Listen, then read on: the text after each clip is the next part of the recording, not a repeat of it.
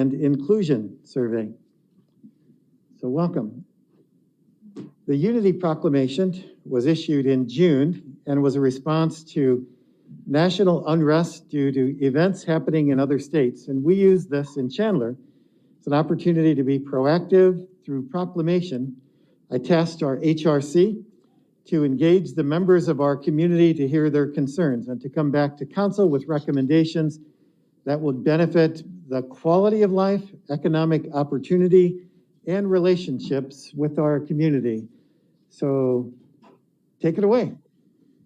Thank you, Mayor and Council. Before we go into the Unity Proclamation and recommendation, also known as survey results, I do want to start by providing a background of the HRC, which established in the late 1990s due to the outrage of discrimination toward Latino Americans.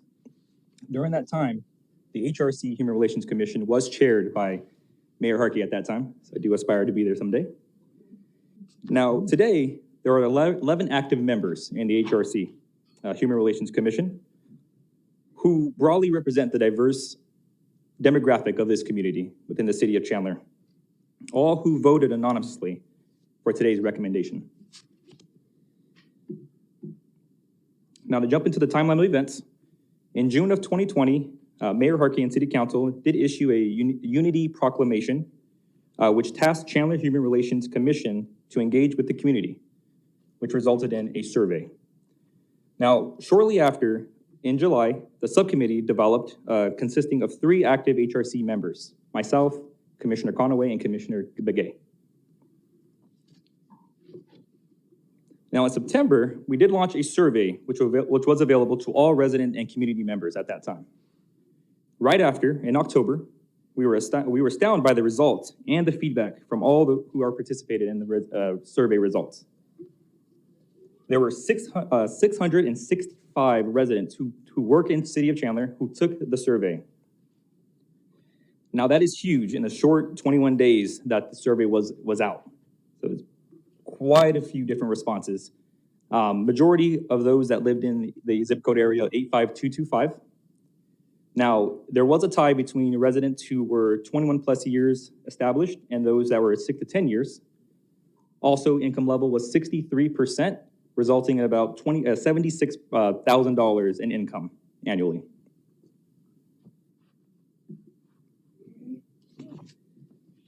Now, we were able to find a consistent theme within the responses that went answered. Now, the question, what can the City of Chandler do to improve diversity and inclusion for all its residents? That was the #1 question that was answered. And there was, again, a consistent theme of reflective responses. Some of the themes: educated opportunities, LGBTQ, staffing, leadership representation, community policing, educational and outreach, and expanding of events and locations, expand communication and marketing, and then other businesses, affordable housing, and faith groups. Now, I would like to welcome Commissioner Conaway to the podium to discuss our recommendation to Mayor and City Council.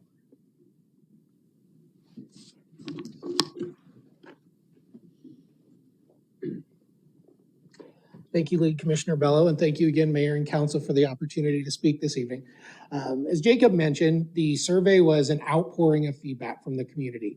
It was the committee's privilege to really sift through the feedback, find the themes, and what we saw was really there was a cascade of items that really exceeded the scope, both of the commission and a lot of the existing departments. So what we came back with today was a recommendation that the city employ a diversity and inclusion consultant, really to address each of the areas that the survey outlined in terms of what residents wanted to see improved in the city. A lot of the comments that centered around education, how we help improve the experience of city staff, and really make us more competitive as we enter into the advanced stages of the year 2000, to really keep our identity forward in a brand of diversity and inclusion. We outlined 7 benefits of this consultant which really drive us to make the recommendation to you. One is consultants can come in and identify basically opportunities for best practices that the city doesn't know, blind spots, ways we can improve and enhance recruiting pipelines, which is one of the second benefits. Really revamp and maintain regular training for city staff. So we saw time and again in the comments in the survey, how does the city best reflect its service model? How does it best reflect the diversity of the community in which it operates? Diversity is a fact of Chandler's community. Inclusion is that choice. So when we look at how we can make the city more amenable to serving diverse populations, really wanted to look at deep diving what sort of training and experience the city staff receives. We learned through our investigation it was about a 4-hour training at the start of the career, and there isn't really a regular loop or a refresher on diversity and inclusion. As the city becomes more diverse, takes on new members and community members, we want to make sure that the city staff are given the best opportunity to provide best-in-class service. We also wanted them to collaborate with relevant stakeholders, not only within the city council, but in all the areas of the city's government. The city operates as a business, a social enterprise, so it has quite a few stakeholders that need to be appraised of this. Just like in business, and we'll walk through that here in a second, we need to make sure that the stakeholders have someone dedicated to this function. Every group within the Chandler City government benefits from diversity and inclusion, so really want to make that a primer for why it's beneficial to them. We also wanted to create enriched educational forums, town halls, and expand our cultural events. We saw time and again there was a great admiration for the cultural events that we had, and there was a desire to continue to see them expanded, both in scope for existing events and then how do we scope in new events in the future.